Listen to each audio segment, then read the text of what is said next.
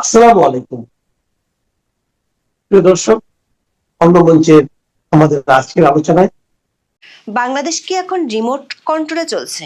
আমেরিকার হাতে কি এমন কোনো গোপন ফাইল আছে যা দিয়ে তারা ঢাকার ভবিষ্যৎ নিয়ন্ত্রণ করছে? এই প্রশ্নগুলো করছি কারণ বাংলাদেশের সাবেক প্রধানমন্ত্রী শেখ হাসিনার ছেলে সজীব ওয়াজেদ জয় ২রা ফেব্রুয়ারি কলকাতার এক অনুষ্ঠানে বাংলাদেশের রাজনৈতিক পরিস্থিতি ও নির্বাচন নিয়ে আমেরিকার বিরুদ্ধে বোমা ফাটিয়েছেন। তিনি যে বোমাটাই ফাটিয়েছেন তা কেবল রাজনৈতিক অভিযোগ নয়, বরং এক ভয়ঙ্কর ভূ রাজনৈতিক ষড়যন্ত্রের ইঙ্গিতকেই তুলে ধরেছেন। সজীব ওয়াজেদ জয় দাবি করেছেন, মার্কিন স্টেট ডিপার্টমেন্ট বাংলাদেশে এমন একজন প্রধানমন্ত্রী চায় যাকে তারা চাইলেই গ্রেফতার করে নিজেদের কারাগারে নিয়ে যেতে পারে। জয় প্রশ্ন রেখেছেন, কেন তারেক রহমানের বিরুদ্ধে এফবিআই এর দেওয়ার সাক্ষ্য এখন আমেরিকার সবচেয়ে বড় অস্ত্র? আর কেনই বা এবারের নির্বাচনে কোটি কোটি প্রগতিশীল মানুষের কণ্ঠস্বর রোধ করতে পোস্টাল ব্যালটের আড়ালে চলছে এক অদৃশ্য ভোট ডাকাতি? কেন রাতারাতি তারেক রহমান হ্যাঁ ভোটের পক্ষে ভোট চাওয়া শুরু করলেন? জয় মনে করেন, মার্কিন প্রশাসন বাংলাদেশের রাজনীতিতে সরাসরি হস্তক্ষেপ করছে, আর এই হস্তক্ষেপের কারণেই এমনটি ঘটছে। জয় দাবি করেছেন, মার্কিন সরকার বিএনপি নেতা তারেক রহমানকে একটি পুতুল হিসেবে ব্যবহার করে বাংলাদেশকে একটি দুর্বল ও নিয়ন্ত্রণযোগ্য রাষ্ট্রে পরিণত করতে চায়, যাতে বাংলাদেশের উপর ছড়ি ঘোরাতে পারে। কলকাতায় একটি বইয়ের প্রকাশনা উৎসবে ভার্চুয়ালি যুক্ত হয়ে বাংলাদেশের বর্তমান পরিস্থিতি নিয়ে এসব চরম উদ্বেগের কথা বলেছেন সজীব ওয়াজেদ জয়। তার বক্তব্যে উঠে এসেছে এক ভয়াবহ চিত্র। জয়ের মূল দাবি হলো, বাংলাদেশের বর্তমান অনির্বাচিত শাসন ব্যবস্থা এবং আসন্ন নির্বাচন মূলত একটি সাজানো নাটক, যার নেপথ্যে কাজ করছে মার্কিন প্রশাসনের স্বার্থ এবং উগ্রবাদী ইসলামপন্থীদের মদত। তার মতে এই একতরফা ক্ষমতা দখলের নীল নকশা যদি আন্তর্জাতিক সম্প্রদায় এখনই না থামায়, তাহলে বাংলাদেশ একটি উগ্রবাদী রাষ্ট্রে পরিণত হওয়ার শেষ প্রান্তে পৌঁছে যাবে। প্রশ্ন হলো, কেন হঠাৎ করে সংসদ নির্বাচনের মাত্র 10 দিন আগে নির্বাচন, পোস্টাল ভোটের কারচুপি, বিএনপি ও যুক্তরাষ্ট্রের তলে তলে সম্পর্কের কথা টেনে এনে বোমা ফাটলেন মিস্টার জয়, যেখানে নানা মহল থেকে গুঞ্জন আছে বিএনপির সাথে ভারতের গোপন সমঝোতা হয়ে গেছে? বিস্তারিত জানতে চলুন যাওয়া যাক বিশ্লেষণে।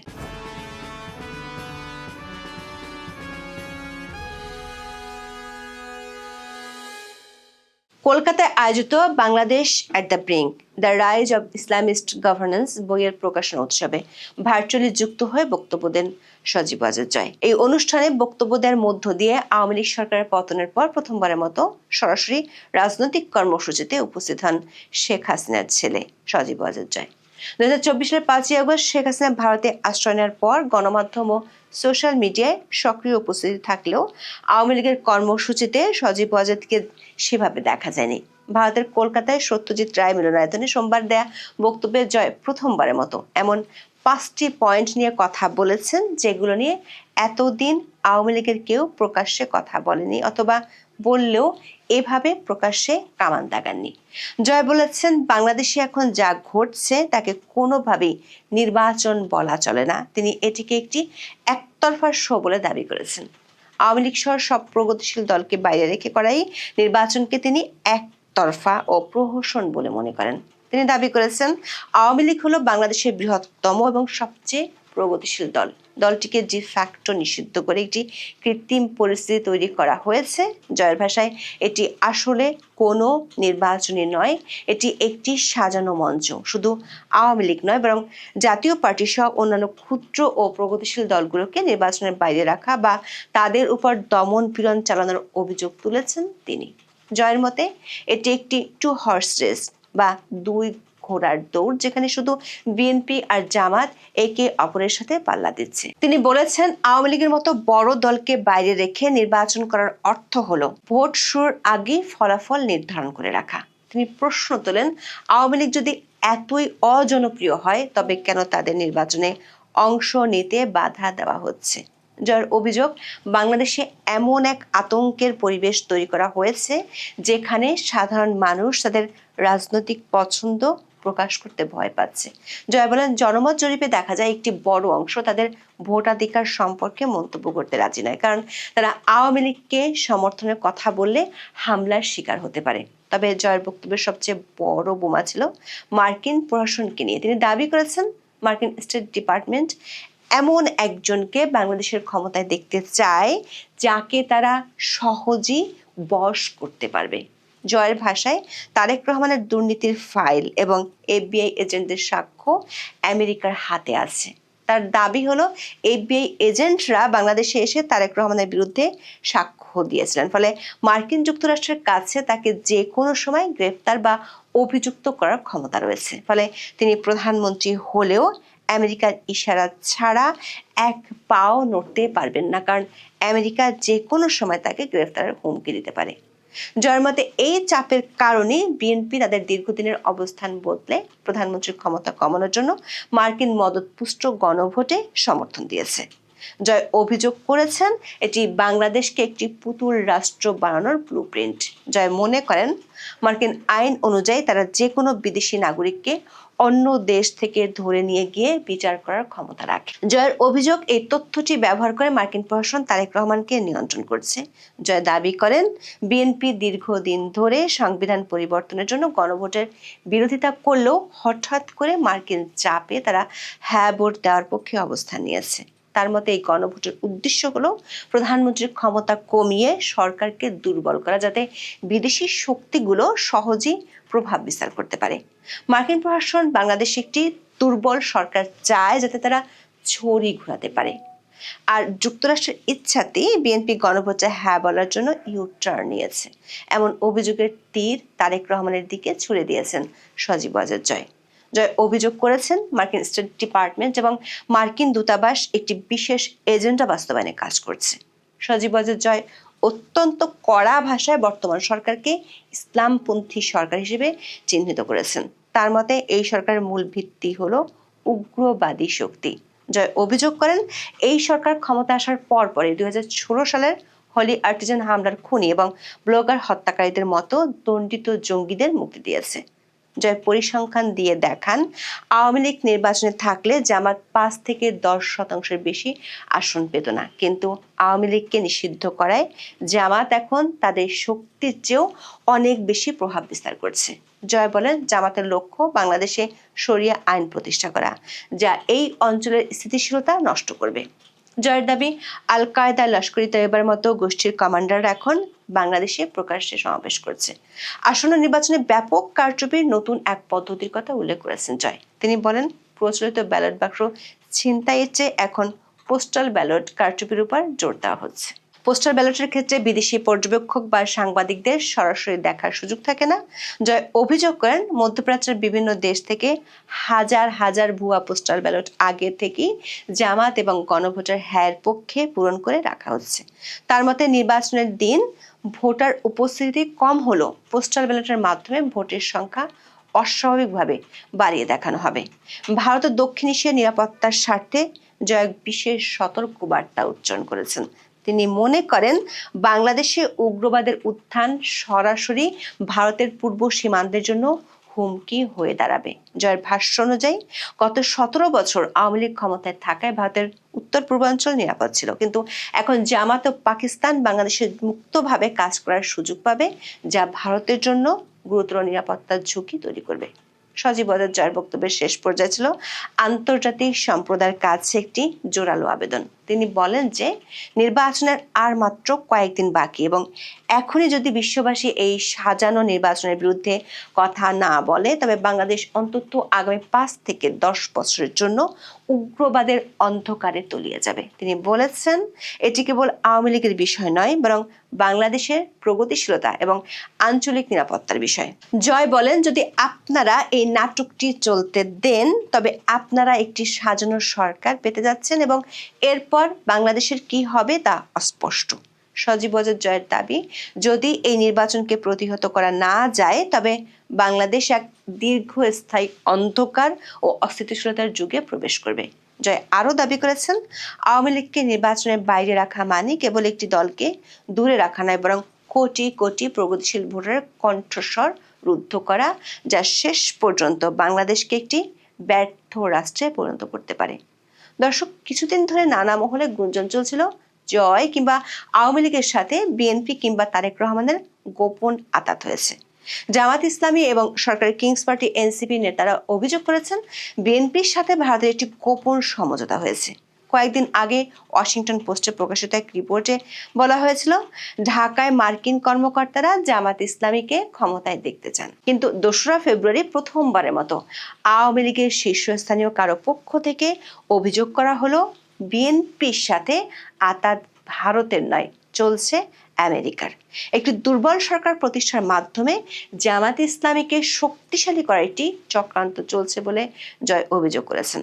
বাংলাদেশের অন্তর্বর্তী সরকার একটি শক্তিশালী পক্ষ দেশে যে একটি দুর্বল সরকার প্রতিষ্ঠা করতে চায় সেটি এরই মধ্যে অনেক বিশ্লেষজ্ঞ অভিযোগ করেছেন।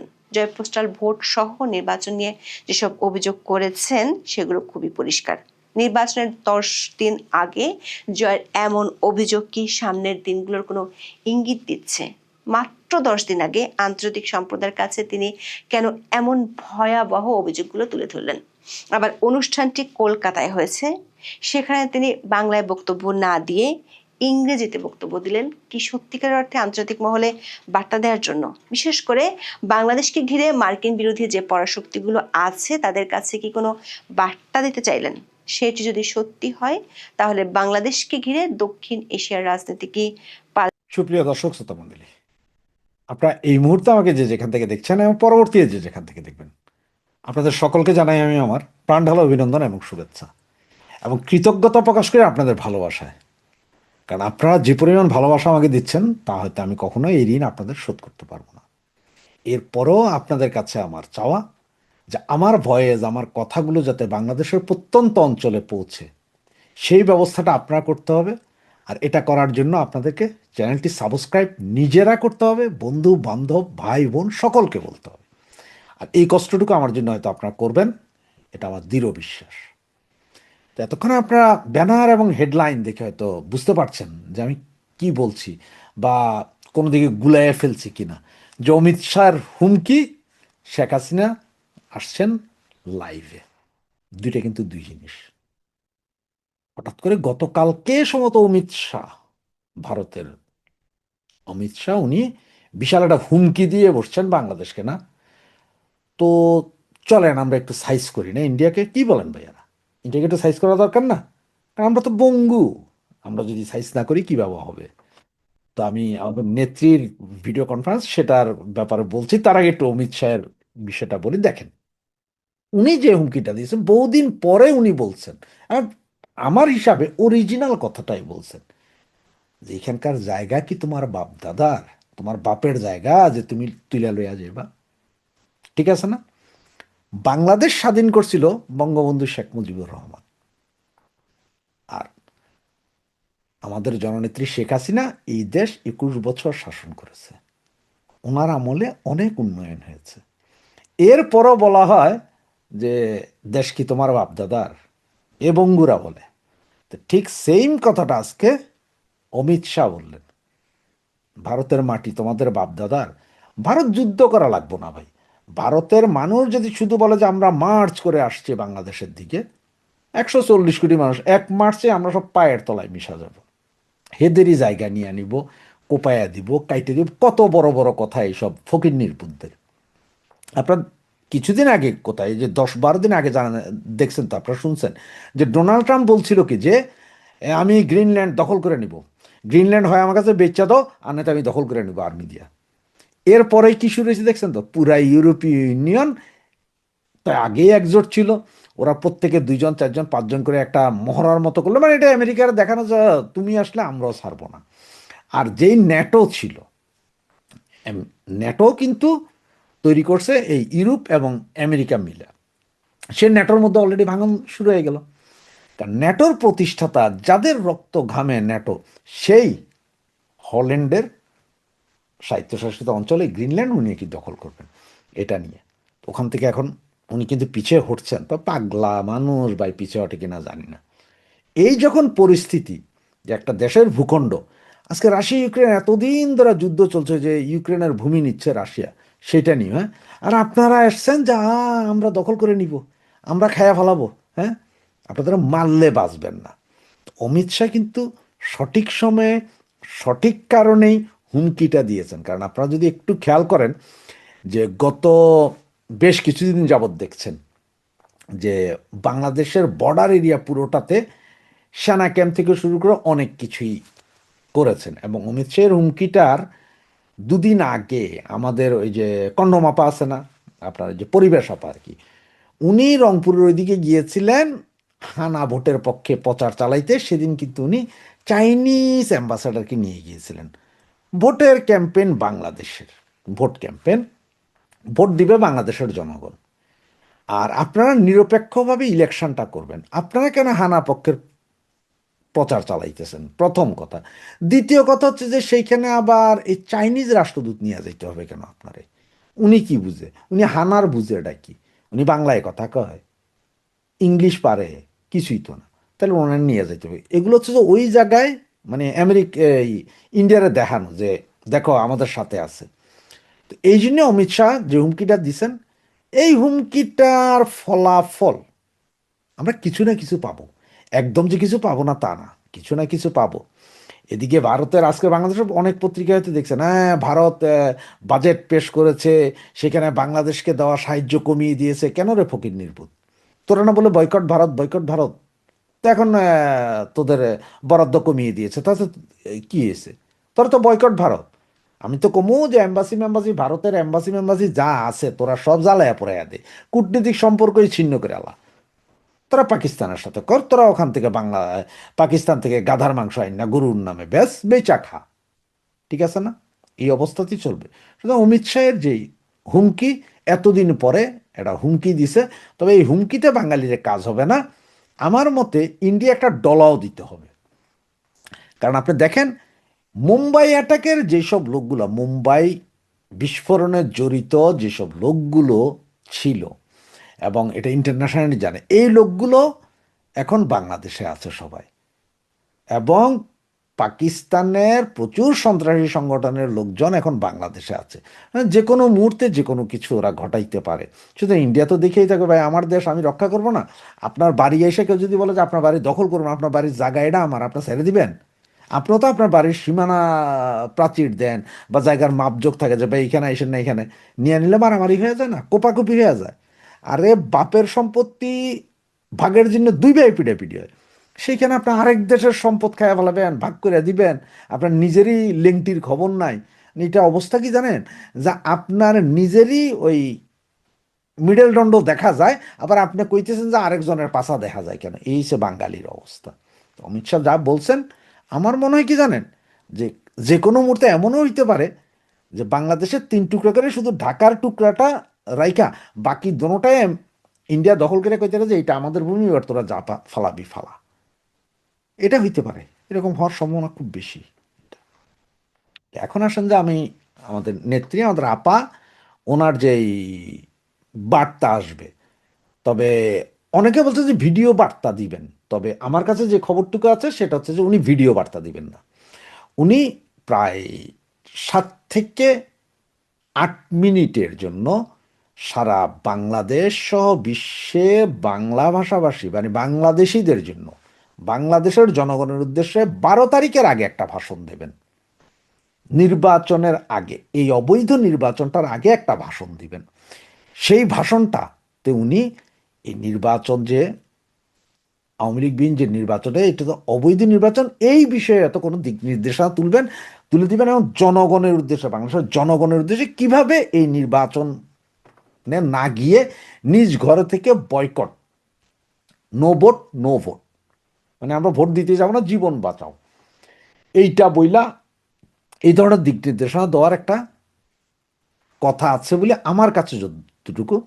তবে সেটা কবে কখন কোন মুহূর্তে হবে সেটা এইক্ষণ পর্যন্ত কেউ বলতে পারে না। তার কারণ কি জানেন, উনি যে যেদিন ভাষণটা দেবেন সেই দিনে তো এমন হইতে পারে বাংলাদেশের সমস্ত ইন্টারনেট কাট অফ করতে পারে, বা উনি যেই 2, 4, 5টা বা 10টা বা 20টা যেসব ইউটিউব চ্যানেল থেকে বিভিন্ন টিভি চ্যানেল, ওগুলার হয়তো স্লট আউট করে দিতে পারে, যে মানে ওগুলা বাংলাদেশে দেখা যাবে না। সুতরাং আমি বলবো যে বাংলাদেশের যেসব ভাই বোন বন্ধু বান্ধব আছেন, আপনার ফ্রি ভিপিএন ডাউনলোড করে অলরেডি রাখেন, ফ্রি ভিপিএনটা ডাউনলোড করে রাখেন।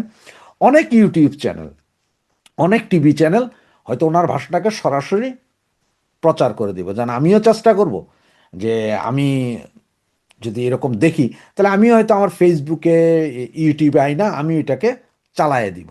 তার কারণ হচ্ছে বাংলাদেশে যদিও বন্ধ করা হয়, আমাদের এখানে তো বন্ধ করতে পারবেন না। আর আমরা বাইরে থেকে যারা আছি, আমরা বাইরে যারা আছি, তারাও যদি চালায়া দিই তাহলে আপনি করবেনটা কি? আপনি কত হাজার লোক বন্ধ করবেন? সুতরাং বন্ধ করতে পারবেন না, পুরোপুরি বন্ধ করতে পারবে না। এইটা হবে, এবং সেটার জন্য উনি নাকি 7 থেকে 9 মিনিট ধরে একটা ভাষণ দিবেন। এর ভিতরে হয়তো 2-4টা প্রশ্ন থাকতে পারে, হয়তো কারো কারো এই যেসব সাংবাদিকরা থাকবে এদের হয়তো 2-একটা, তবে এটা হবে লাইভ, সরাসরি লাইভ। মানে এতদিন যেটা দেখেছেন যে উনি এর আগে আপনার ওই যে 2টা চ্যানেল, সম্ভবত এ টিম এবং আরেকটা কোনটাতে আসছিলেন জানি, তাতে ওনার চেহারা দেখা যায় নাই। বিভিন্ন হোয়াটসঅ্যাপ কল, তারপরে মেসেঞ্জারে কল, এরপরে টেলিগ্রাম, বু team, A team, B team, C team, যত জায়গায় কোথাও কোথাও ওনার চেহারা কেউ দেখেন নাই। তবে এর মধ্যে একটা বিষয় ছিল যে দেখেন, বঙ্গবন্ধু শেখ মুজিবুর রহমান 1975 সালের 15ই আগস্ট মারা গেছেন। উনি মারা যাওয়ার পরে এখন পর্যন্ত যদি আপনারা ওই কবর খোঁড়েন তাহলে মনে হয় হাড্ডি মাড্ডিও নেই, এগুলো সব মাটিতে মিশে গেছে। কিন্তু এইটাও বাঙ্গু মুসলমান তো বলবো না, বঙ্গুদের মধ্যে বহুত খারাপ, এই যে জামাত বিএনপির আতঙ্ক বঙ্গবন্ধু শেখ মুজিবুর রহমান। বাংলাদেশের এই জারজ বাঙালি, এখনো 20% জারজ বাঙালি, তাদের শেখ মুজিবের নাম শুনলেই ভয়। তালিবার শয়েকার শেখ খ পর্যন্ত যায়, তালিবার শয়েকার শুনলেই তাদের কলিজায় ভয় ঢুকে যায়, তাদের ব্লাড প্রেশার বাইরে যায় 180-র উপরে, 200-র উপরে চলে যায়, তাদের ডায়াবেটিস হাই হয়ে যায়, সব কিছু হাই হয়ে যায়। যার কারণে এই যে 32 নম্বর বাড়ি, যেটা হেরিটেজ সম্পত্তি, যেটাতে কোনো কিছুই নাই, এটাকে জাস্ট এমনি রাখছে মানুষজন দেখতো, ওইটাও ভাঙা নিশ্চিহ্ন করছে। এখনো যা আছে ওইটাও ভাঙবে, মানে ওদের ভয় এইটার ভেতর থেকে না বাইরে যায়। মানে ওরা ঘুমাইলেও শেখ মুজিবরে ভয়ে দেখে।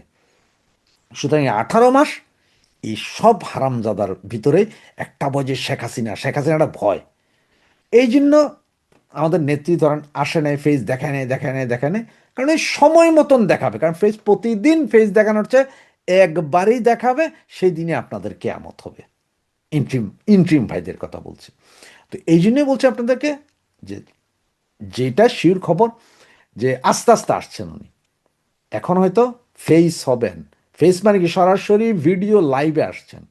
এবং এইটা সম্ভবত বাংলাদেশের কোনো টিভি চ্যানেল তো না, পৃথিবীর বিভিন্ন দেশের টিভি চ্যানেল ওনার সেদিনে সে ভাষণটা প্রচার করবে বলে আমার কাছে যতটুকু নিউজ আছে, এবং আমরা তো সকলেই করব, আপনারাও করবেন সবাই।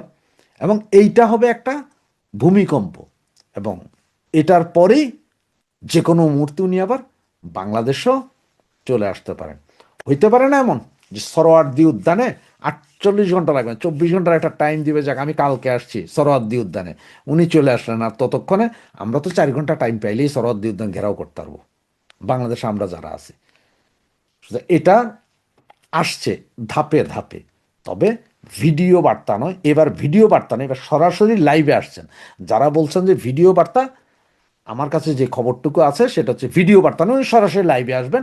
এবং সেটা হচ্ছে যে 7 থেকে 9 মিনিট, 7 থেকে 9 মিনিটের একটা লাইভে উনি একটা ভাষণ দিবেন জাতির উদ্দেশ্যে, যে এই জাতি উদ্দেশ্যে ভাষণ দিবেন, দেশ রক্ষা করার জন্য সর্বশক্তি নিয়ে নেমে পড়ার ভাষণ দিবেন। সেটাই আমরা এখন দেখার অপেক্ষায়, শোনার অপেক্ষায়, আমাদের নেত্রীকে 2 চোখ ভরে প্রাণ ভরে দেখার এবং ওনার কথা শোনার অপেক্ষায় আছি। জয় বাংলা, জয় বঙ্গবন্ধু।